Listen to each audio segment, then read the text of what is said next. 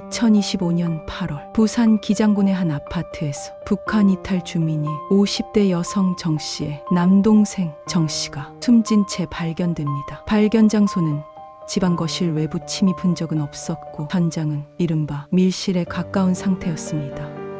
사건 당시 같은 집에 있었던 인물은 누나의 남편 박 씨였습니다. 그의 진술에 따르면 거실에는 처남 정 씨가 쓰러져 있었고 안방에서는 매형인 박 씨 자신이 술을 마신 뒤 잠들어 있었다고 말합니다. 같은 집, 같은 시간대 한 사람은 사망했고 한 사람은 아무것도 몰랐다고 말했습니다. 이 때문에 박 씨는 자연스럽게 초기 수사의 1차 용의자로 지목됩니다. 반면 누나 정 씨는 사건 당시 집에 없었다고 말합니다. 그 시간 외출 중이었다는 주장입니다. 결국 사건 현장에 있었던 사람은 처남과 매형 단 두 사람이었습니다.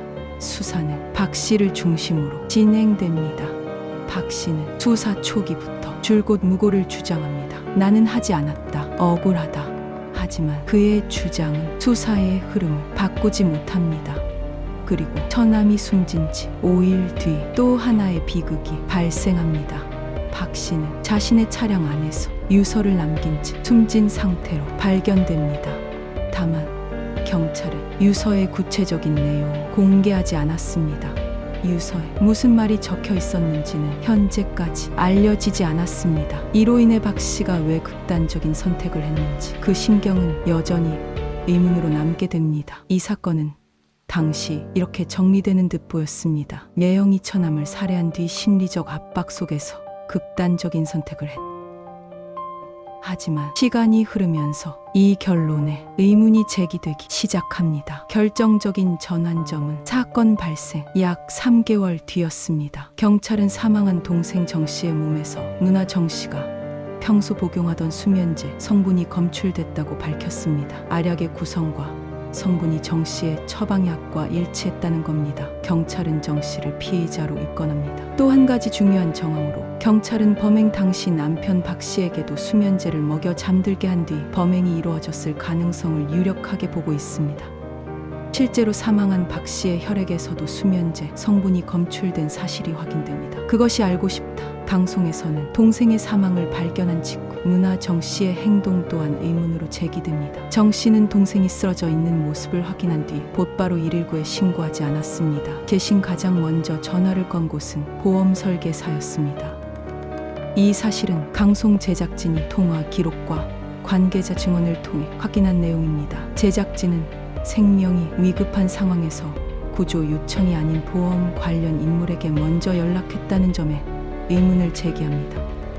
방송에서는 남편 박 씨의 지인 인터뷰도 공개됩니다. 지인들은 박 씨가 생전에 이런 말을 했다고 전합니다. 아내가 자신이 췌장암에 걸렸다고 말하며 치료비가 필요하다고 했고 그로 인해 박 씨가 심리적 경제적 부담을 느끼고 있었다는 겁니다. 또 하나의 증언 그것이 알고 싶다. 제작진은 정 씨의 단골 편의점 사장 인터뷰도 공개합니다. 편의점 사장은 정 씨가 생전에 이런 말을 했다고 전합니다. 북한 쪽에 땅을 하나 사놨다고 4달 관리비를 보내고 있다고 했어요.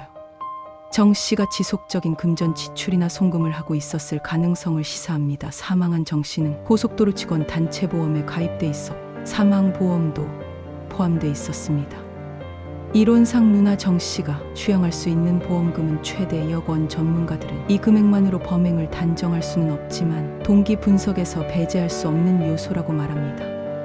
정 씨는 강하게 혐의를 부인합니다. 지인인 보험 설계사는 이렇게 말합니다. 누나가 동생을 죽였다. 그런 일은 100% 아니 200% 있을 수 없습니다.